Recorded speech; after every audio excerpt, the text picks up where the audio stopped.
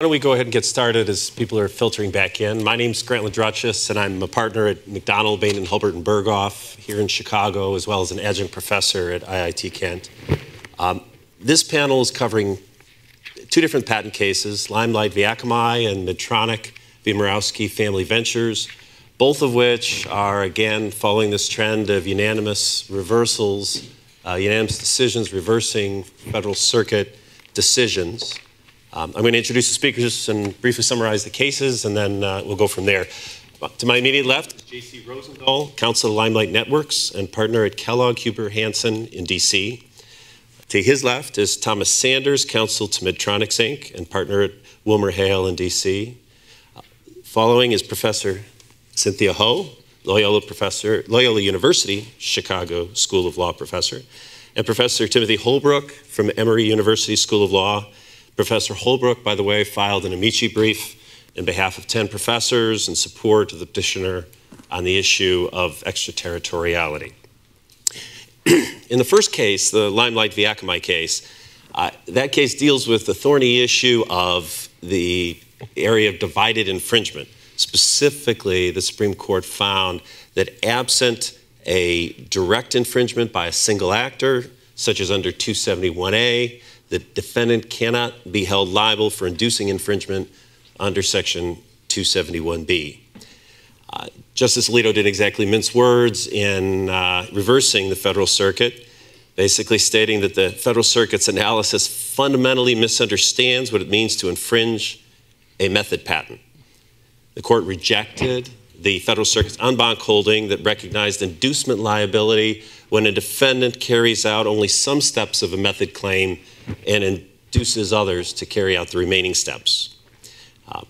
Since there would be no direct infringement in that kind of instance, the Supreme Court found that there simply could be no inducement based in part on prior Federal Circuit precedent on the issue of what is a direct infringement. In the second case, Medtronic, the Supreme Court addressed the burden of proof in the situation where an alleged infringer seeks, or specifically a licensee, seeks a declaratory judgment action against a patentee to establish that its products do not infringe the licensed patent.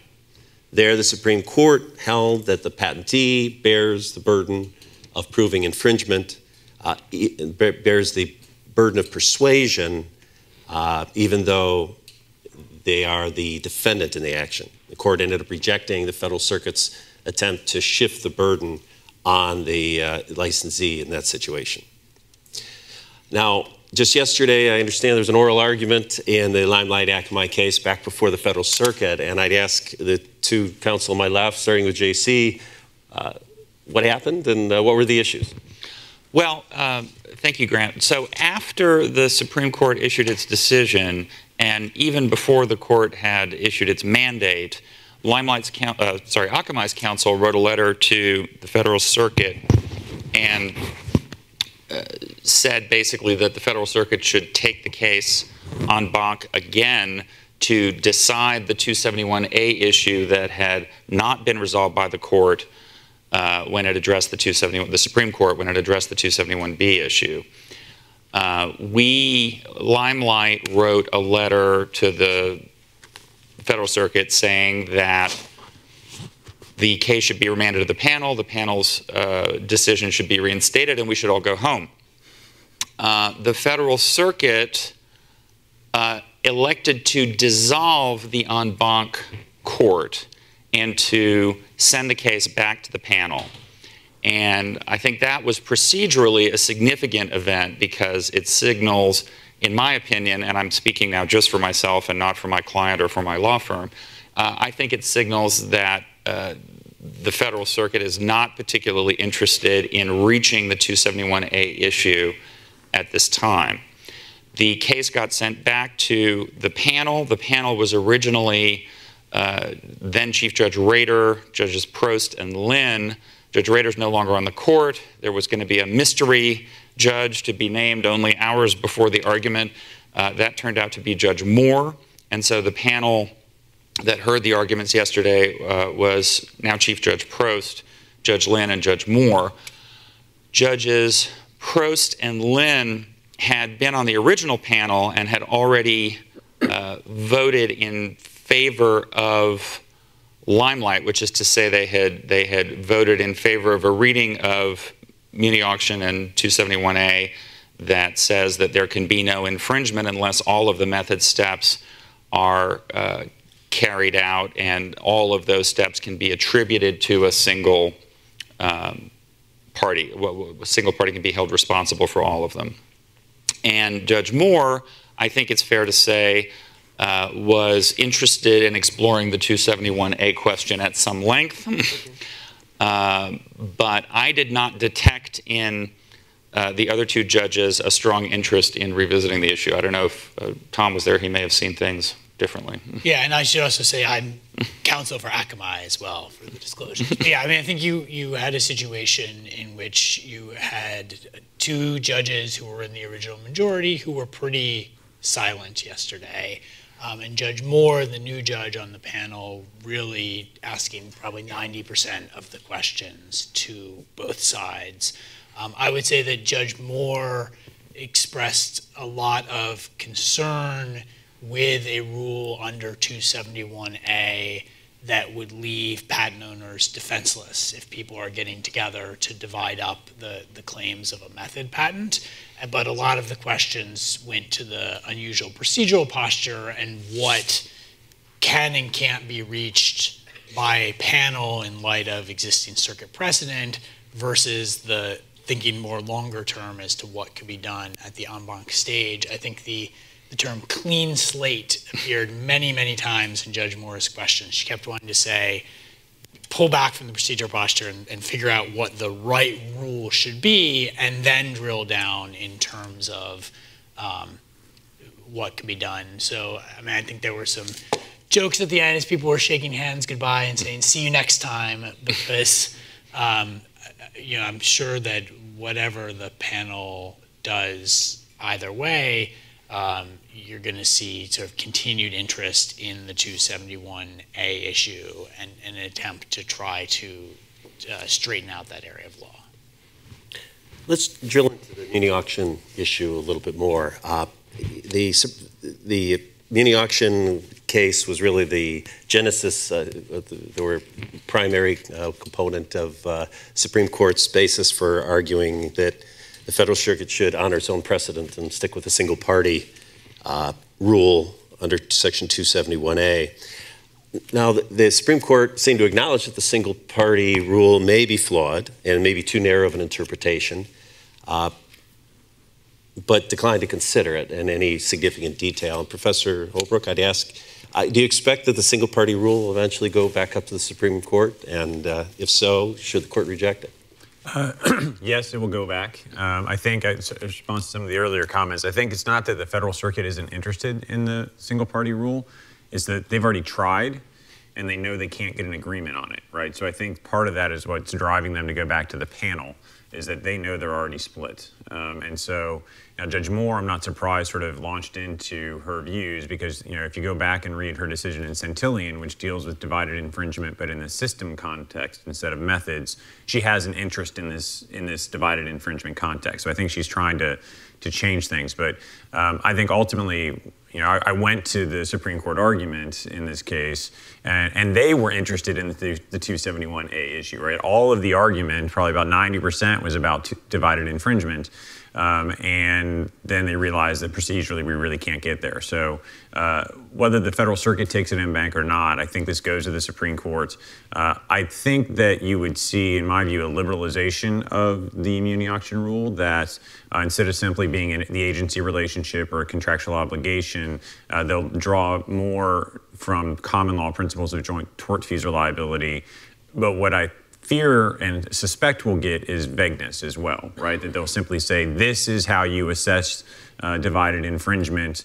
We're not going to give you a lot of guidance. You just look at the common law of joint tortfeasor liability and have at it. And so I'm not convinced we're going to, so I think it'll be liberalized, but it will become incredibly vague. Well, the Supreme Court seems to be a master at avoiding giving any real guidance. But Professor Ho, do you have any thoughts on that? I generally agree with Tim's assessment. I also feel like the Supreme Court is, you know, basically saying this is what we think should happen, and also in the cases it cites even. So when it talks about 271, Deep South, Congress should act. We all know in this current climate, nothing is going to happen in Congress. But even beyond that, I think it's kind of interesting if you think about them citing 271 in Deep South, because that's actually a statute that also the Supreme Court looked at recently with the AT&T case, with the golden disc. And that was a situation where they kind of dove in. So I do think this is definitely going to come back, and I think Professor Ed Lee was saying earlier, and I think most people would agree, although the Supreme Court dives in, usually it just makes more of a mess because it just says, okay, well, this is sort of the rule, and then Federal Circuit, you go work it out, and then it doesn't like what the Federal Circuit does, and then it goes back. So I think this is going to be with us for a while. JC, do you want to comment? If I could just follow up on that, I'm not sure it's going back, and I'm not sure it's going back anytime soon, because there's not any lack of clarity in the law today. The Supreme Court had a chance to address 271A, and indeed Akamai urged the court to address 271A. The fact of the matter is that at the Federal Circuit en banc level, 10 of the 11 judges sitting en banc agreed with what mini auction says and were not willing to change it.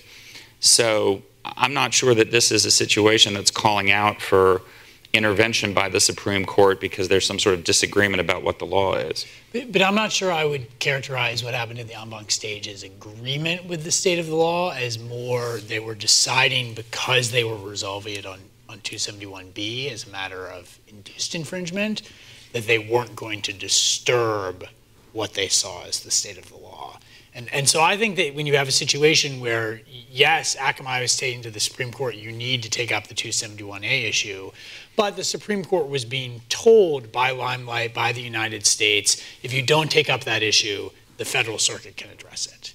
And then the Supreme Court says in its opinion, if there's a problem here, it's with the 271A jurisprudence, that's open for the Federal Circuit to address on remand. So I think if you have a situation in which the Federal Circuit does not take up that issue in some systematic way, the Supreme Court may feel like it doesn't really have a choice. It has to step in here and provide that clarity, particularly when you see bio, pharma, the ABA, lots of amicus briefs in the Supreme Court were telling the court you really need to take up this issue. Well, let's come back to that issue with respect to requirement of an actor directly or having somebody in their control or direction performing all steps of the method. The basic logic is, absent that, you can't have direct infringement under 271A. Is that logic too simplistic? Is there? Do you think muni auction is potentially viable for being reversed? I think that the rule follows more or less ineluctably from the fact that patent infringement is a strict liability tort, and from the all elements rule. So when you put those two things together, you have a situation where performing less than all the steps of a patented method is not an infringement of anybody's rights. It doesn't restrict anyone's rights, and indeed, there are prior art methods out there that are improved upon by adding steps to them, and it would be strange and wrong to have people who are doing parts of methods that have been done for a very long time to suddenly be facing liability for doing stuff that they've been doing forever. One of the method steps in the patent at issue in this case is serving a web page. And one of the contentions is that Limelight's customers are carrying out, or participating in the infringement by serving a web page. But people have been serving web pages as long as there have been web pages. To suddenly expose people to liability based on conduct that is in no way wrongful or infringing on its own would be a very radical change in the law. So, go ahead. No, I'm sorry. So once you have the all elements rule, and once you have the fact that that infringement is a strict liability tort, the strict liability aspect of it means that there's no intent requirement. It doesn't matter if the person carrying out the infringement has a good attitude or a bad attitude, or has a good intent or a bad intent. but it does require that the person who you're holding liable be legally responsible for all of the steps. And I think that in the materials where the Professor Mann summarized some passages from the opinion today, he said that the key question is whether all of the steps are attributable to a single individual. And the rule at common law for strict liability torts for attribution of conduct has always been pure vicarious liability, which is to say something like a principal-agent or a master-servant relationship or a contract where one person has the right to cause the other to carry out the step or not. Tom, care to comment? Yeah, I mean, we disagree. No one is disputing the all elements rule in the sense, so no one is saying that just serving a web page in isolation is infringing. I mean, in any circumstances here, you have to have all of the elements of the method, the practice. The question is who does it? And I would say that starting with the text of the statute, where you have the open language of whoever uses, paralleling the language in 101, whoever invents, we all know there can be joint inventors, but you don't even have to go that far because you have the open language there, and then you also have a backdrop of common law rules. And I think one of the fundamental disputes here is sort of the contours of what the common law allowed. We, in our briefs, have cited authority saying that in circumstances in which you have, even if it's a strict liability tort, there still are common law rules that kick into play that don't allow you to act in concert with another to divide up the steps, take action knowing that what you're doing in conjunction with this other person is doing is going to cause the ultimate harm to the patent owner. And so I think you sort of see a fight between the parties as to what the common law says there, and then also just the general sort of principle that the common law was recognizing is that when you have this property right here, we're not just going to sit back and allow someone through clever planning to say you do the odd number steps, I'll do the even number steps, to completely circumvent that right. And so one of the policy concerns you see, and we always point to the Biotechnology Industry Organization's brief in the Supreme Court, went through some of the method claims of the Boyer and Cohen patent, which is one of the foundational patents in biotech, and said, look at these method claims, look at how easy it would be for someone to just divide up the steps of these methods and avoid infringement. And do we really want a world in which such fundamental technological breakthroughs, won the Nobel Prize, can effectively result in patents that are unenforceable? Professor Ho, thoughts? I think it's interesting, the question, is it too simplistic? Too simplistic for who? I mean, I can understand the Supreme Court saying, well, we like this simple rule.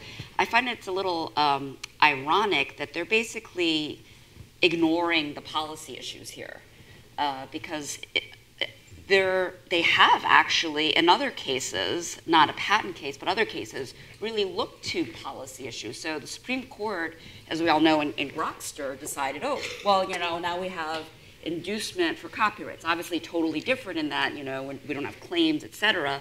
But I think Grokster is fundamentally premised on policy issues and not wanting there to be loopholes.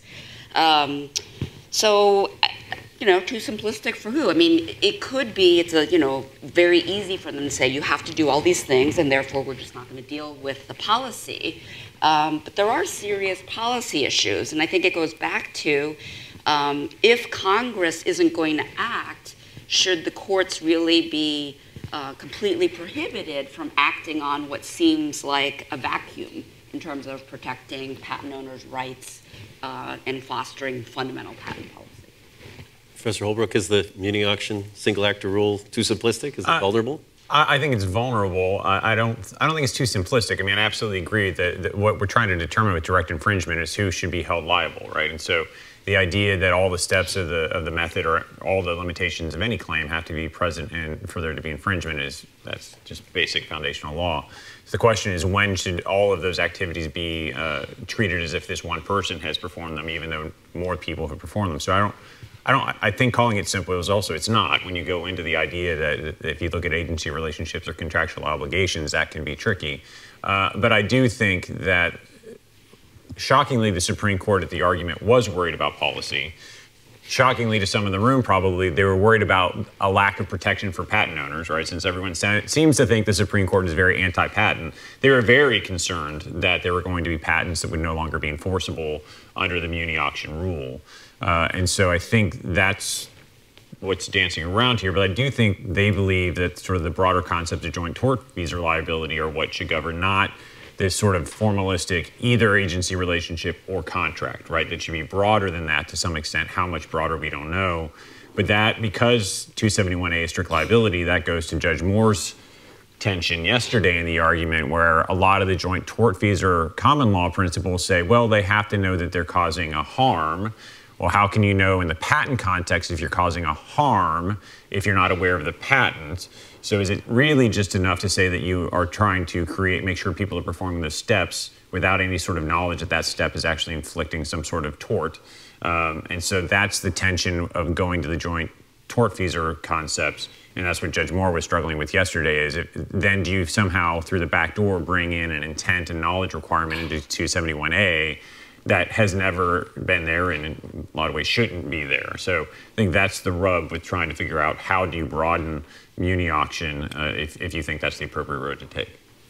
So an interesting question is, I mean, I think a lot of people in the wake of the Supreme Court's opinion on 271B thought that 271B was kind of the Federal Circuit's approach to try to deal with this problem under 271B was a little wacky in that, you know, perhaps putting it in a simplistic way, the rule that the court came up with was that you could have indirect infringement without there being any direct infringer. And that seems a little strange, and it didn't take very long for the Supreme Court to say, no, you got to have, if you're going to be inducing infringement, you have to have some infringement that's being induced. So the question is, why did the Federal Circuit feel that it needed to resolve, why did the Federal Circuit get pushed into resolving this under 271B instead of 271A, when in fact the question on which the Federal Circuit had granted en banc review was the 271A question? And I think that the fact that they found themselves pushed to 271B shows that it's very hard to come up with any rule other than the muni auction rule that doesn't create a bunch of collateral problems in the strict liability area. I will say that's why I don't agree with the assessment that it was 10 votes, right? I think it was, okay, we are not able to find a great way to do with muni auction, so we're going to channel everything into 271B as a second best option, because the court was actually pretty fractured about how to do 271A properly, which is why I think, are they interested in talking about it? Potentially, but I don't think they're going to be able to resolve it internally.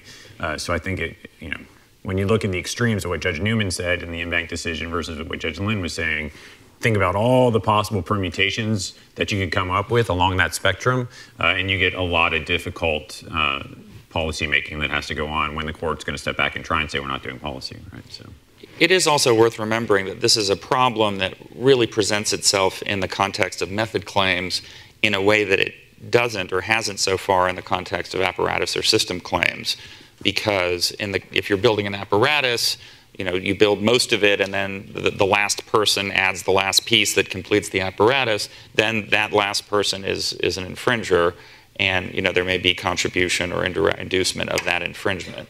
The reason that methods are different is that the person who does the last step doesn't necessarily complete an infringement. They're just doing an unpatented step. Although it all depends on what we're talking about making or using, right? So if you're talking about using a system, then it can present the same issues, and that's the Centillion case, right? Where the use of the system was owned by multiple parties, but the Federal Circuit said, we use NTP and say the use of the system and the locus and the person who's the user is the person that controls it and has beneficial use. So in theory, you could, and so we have this bifurcated world of use of systems versus uses of methods.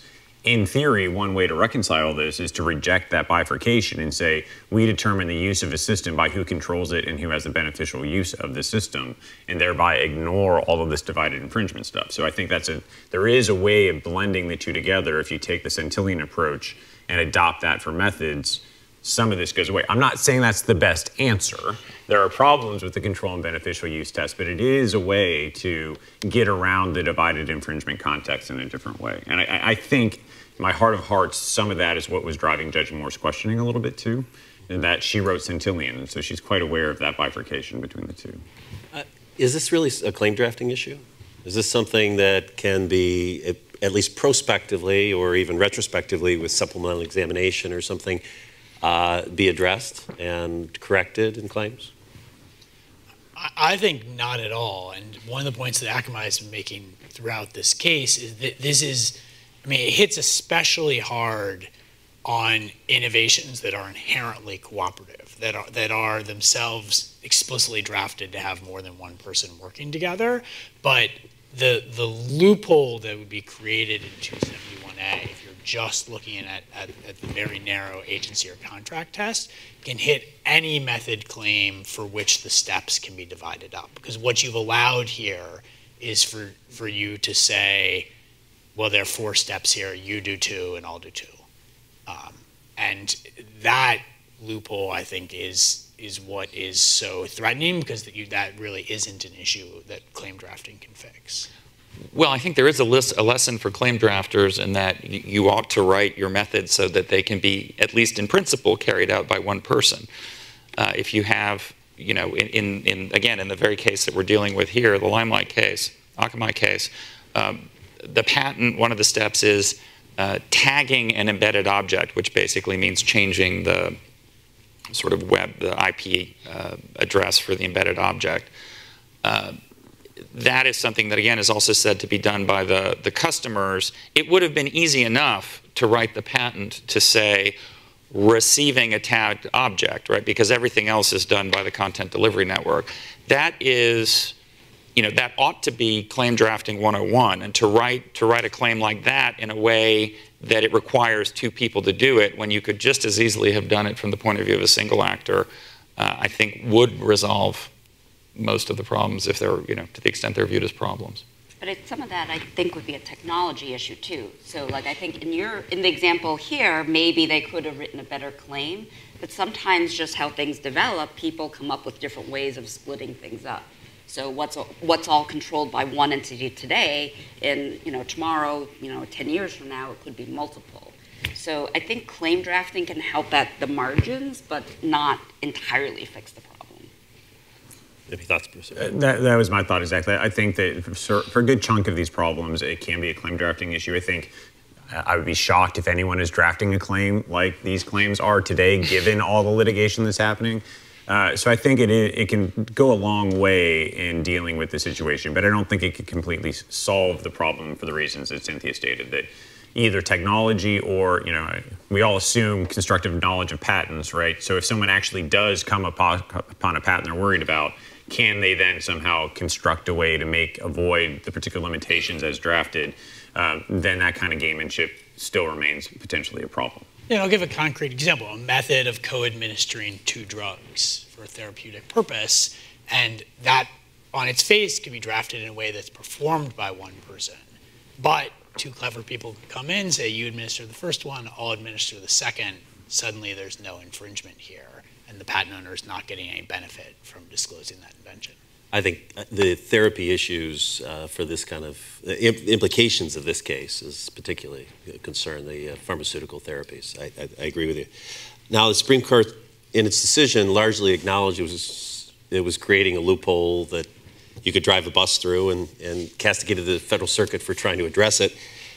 Should Congress step in and try to clarify? Anybody? Professor Holbrook? I would say, well, there's the reality that they're not anytime soon. I would say not yet, because this isn't something quite as crystal, to me, as easy to address as sort of like the Deep South correction, right? That what we're really talking about are these unforeseen circumstances where we really do want to hold a party liable for the acts of others, and it's hard to predict how that's going to be, and I think Congress is bad at making those sort of predictions. Moreover, I think the law is still so unsettled that I would not want Congress stepping in yet. Like, let's let Akamai finish up at the Federal Circuit if the Supreme Court decides not to take the 271A issue, maybe we could revisit. But even in that context, I'm not convinced that this is an area where Congress can actually effectively legislate to cover the perceived loophole. Professor Ho, I would tend to largely agree with Tim, not only that Congress is not likely to act, but 271F was so much easier in terms of what exactly was going on. They just, skipped the very last step and moved that broad. This is much more complicated, and especially if there's still pieces that are developing, it would seem premature for Congress to act now. So maybe in this instance, it's actually for the best that Congress isn't really moving, because maybe eventually Congress will be able to pass legislation, and by that time, the other joint liability law will have developed enough that it'll make sense what to propose to Congress.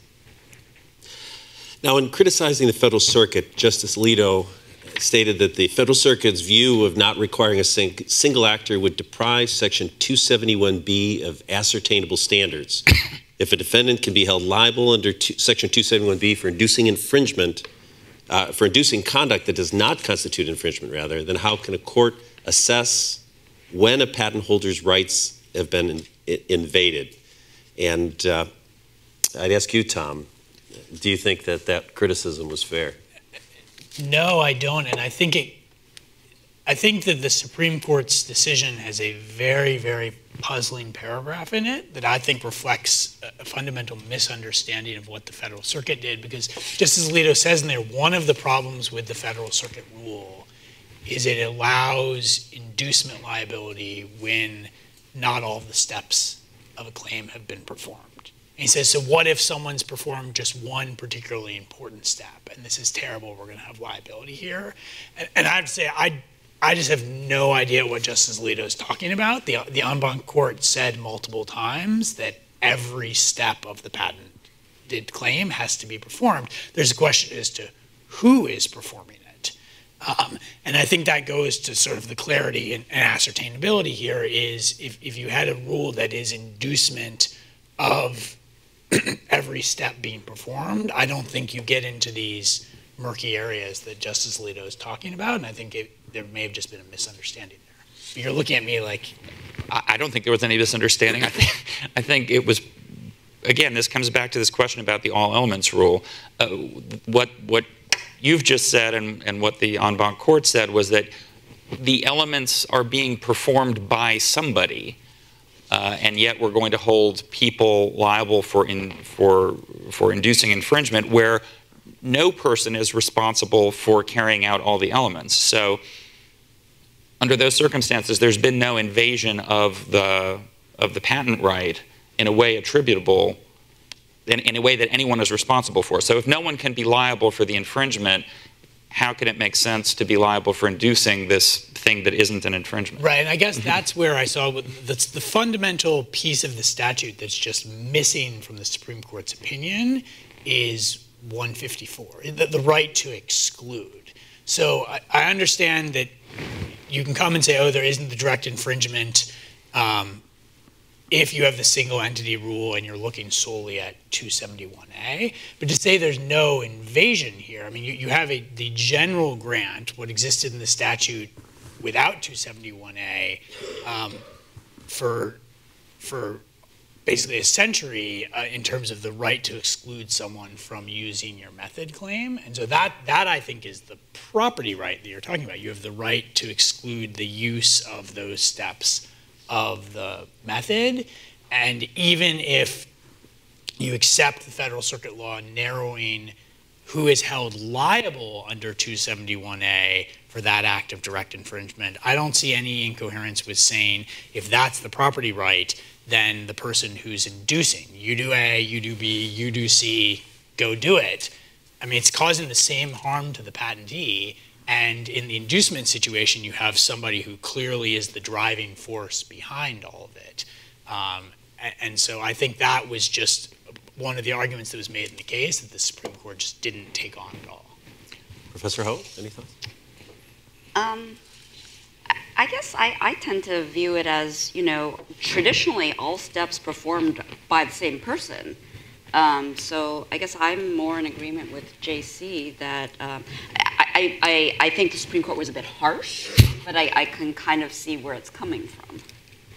Mr. Holbrook, any thoughts? I actually think that they were correct, right? That by what they did statutorily, by divorcing 271B from 271A, you now have this ambiguous term infringement in 271B that is supposedly self-informing and self-defining, and there isn't anything to define it if you remove the reference to 271A. All elements rule doesn't come from that. That comes from the requirement of claims. So then what does this term infringement in 271B mean?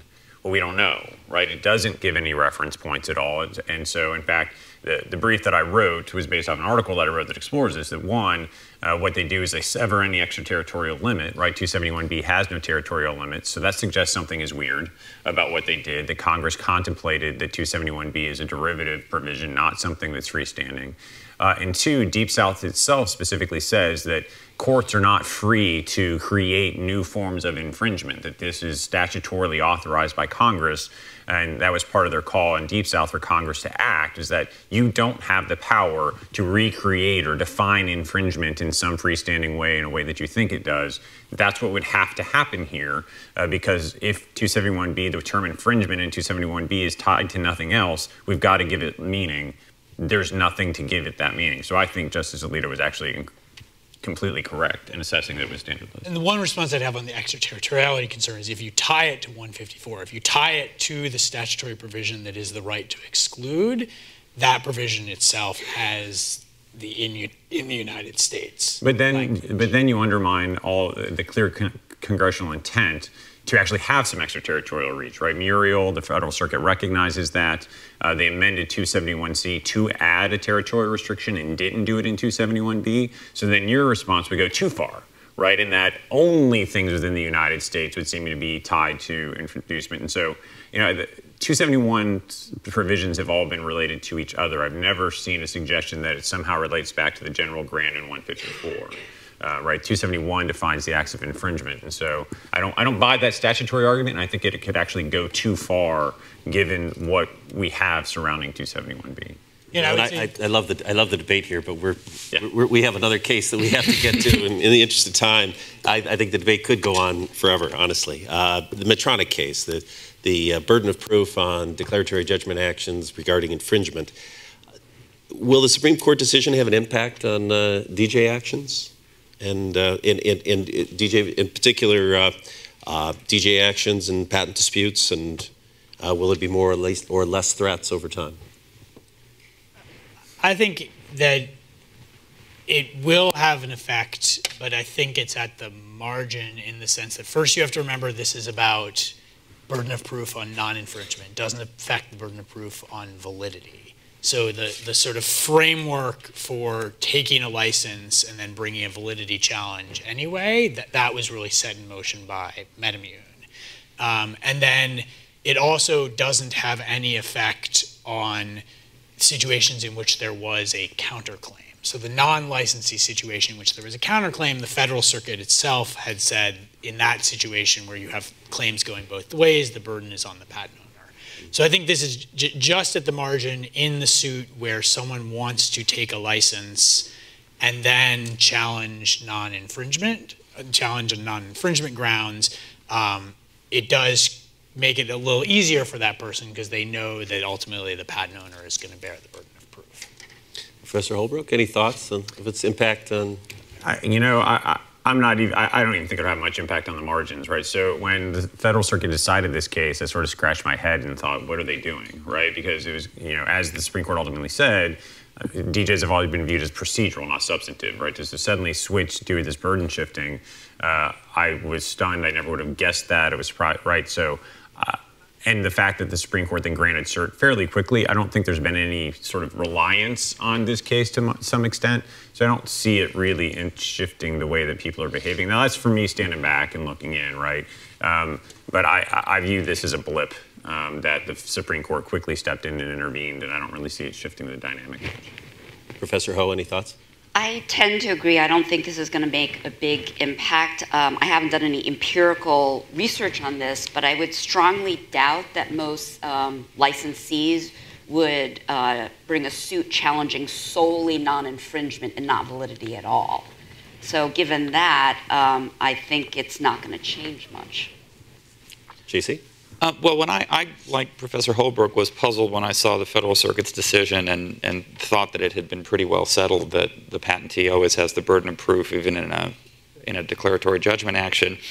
And I guess it seems to me that this reflects the residual hostility that the Federal Circuit has had to the Lear against Adkins rule since it was first promulgated decades ago. I think that the policy message of Lear v. Atkins from the Supreme Court was there's a public interest in getting rid of bad patents, and sometimes the licensee is the person most motivated to do that, and we ought not to stand in their way of doing that. And in one form or another, the Federal Circuit has been digging in its heels against that notion ever since, and I think this is just the most recent in that sort of residual last gasp fight. Let me throw this up to the panel, and maybe you've already answered it for all intents and purposes, but is this going to change the bargaining power between licensees and patentees in any way? I don't see a big change. That's why we didn't reserve more than 15 minutes. I think MedImmune made the change there. Yeah. This may be jumping ahead a little bit. I mean, the one sort of incentive that this may have for patent owners is to try to get yourself into a settlement situation where you have a better shot at getting a no challenge provision that, because of the unique policy interests tied in with settlements, you might be able to enforce. Because otherwise you're in a world where, yes, you can think you're getting peace by having someone take a license, but since MedImmune, there's always a challenge that could be. I think it may be interesting, and I don't really have a view on how the law is going to develop. It may be interesting to see as people try to if people try to contract around this and put in no challenge clauses in their settlements, whether that's going to fly under the antitrust laws. And there's a brewing division in the circuits. I mean, I think that you had the Federal Circuit coming out in the race technology v. Speakeasy case and taking a favorable view towards no challenge clauses. I would encourage people to look at Judge Lynch's decision coming out of the Second Circuit, in which he was looking at what the Federal Circuit had done and expressing a lot of skepticism, and at least in that case, carving out situations in which litigation had not yet begun. Saying, well, in this case, they hadn't actually initiated the litigation, so I can set aside these special concerns about settlement and say that as a matter of public policy, there's going to be skepticism about these no challenge clauses. Are there other ways in which this decision might affect drafting of license agreements beyond in the settlement agreement context? Are you asking about, like, if the patent owner would want to pursue arbitration instead? That's one example, yes. That I could see that being an issue because, not in the patent realm, but in other Supreme Court cases, the Supreme Court has been very deferential to clauses for arbitration, even in contexts where it's clearly unequal bargaining power. So I think that could be an issue.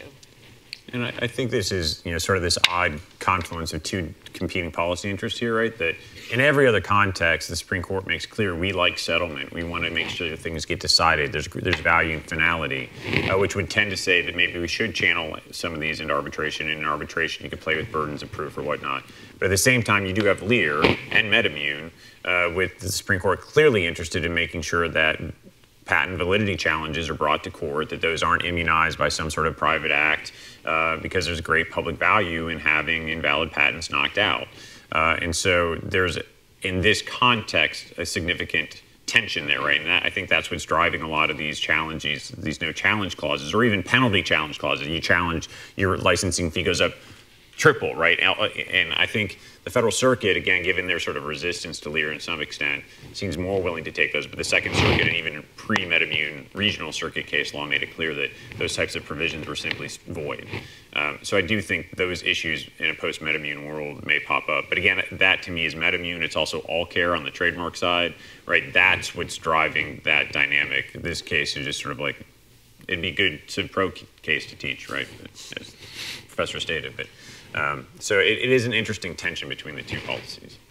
Given the tension between the enforceability of settlement agreements versus license agreement provisions, one potential tactic is patentees tending to potentially file suit against licensees in order to try to force a no-challenge clause as part of an agreement.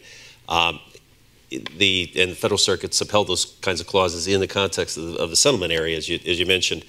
Would you expect more use of this kind of tactic under this case? I mean, I think that a sophisticated patent owner will recognize that if one of the lines that the courts might draw is between initiation of suit or not, that it actually pushes you towards actually filing the complaint. In other words, the cease and desist letter followed by the negotiations followed by the license might actually be legally different from those same negotiations after you filed the complaint.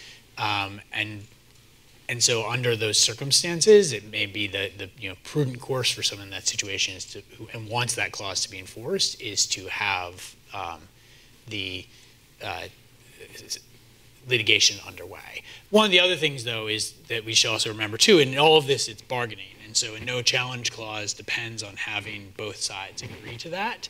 And so one of the things you've done here is you have a number of cases that are setting the default rules, and it seems like if the patent owner is going to want to get into these different situations, they're obviously going to have to be giving some sort of consideration for it. So I also think you're much more likely to see someone agree to a no-challenge clause if they don't think they're going to have a great challenge, or they're getting such a good deal that the economics are such that just paying under the license is so much better. When it's a case where someone's sort of they are taking the license because the stakes are just so high and they need that backstop of we're locking in the worst that can happen to us is under this license, but they're thinking from the beginning, but we want to try to challenge this, or we want to keep our options open for new product lines. I don't see that person agreeing to a no challenge clause. Well, we have just a couple more minutes. Why don't we open this up for discussion and questions, if anyone has any?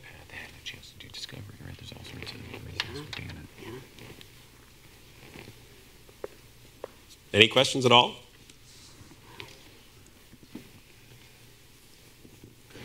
Going back to the muni auction principle, it strikes me as, I understand, JC, your concerns about strict liability, but there may be scenarios in which the defendant actually knows the patented method and could develop a competing technology where the probability of one of the steps being performed by a user or a third party is so high that all the elements will be performed by the construction of this competing technology that has basically been constructed in a way in which some of the elements are being performed by either the defendant or somebody else, and then there's one step that you turn on the computer and do some application or whatever, and that's a part of the method.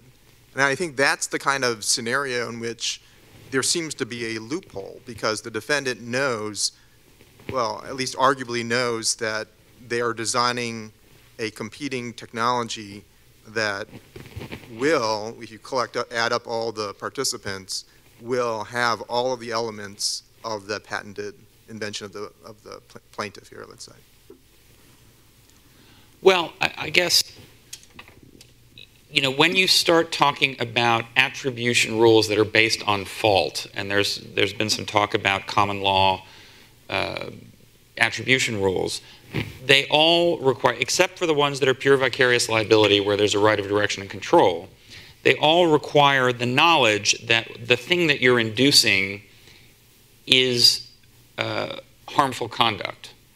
And I guess where the thing that you're inducing, even in your hypothetical, is something as simple as turning on a computer and booting it up, or performing some step that is, by hypothesis, not an infringement, then those common law attribution rules don't apply. That doesn't mean that there aren't circumstances in which vicarious liability is possible. For example, there are true joint venturers who are sharing costs and profits of a venture have been found to be liable for each other's actions in the course of the venture. So it's not to say that there can never be any sort of collective action that would give rise to liability, but I don't think anyone has identified a case where the traditional common law attribution rules based on fault would apply to a strict liability tort. We have run out of time. I'm sorry, I'm sure there might be some more questions. Feel free to buttonhole members of the panel on the way down from the podium if you'd like, and perhaps we'll see you at the break. I'd like to thank the members of the panel. I think this has been a great discussion. Thank you. Great, thanks.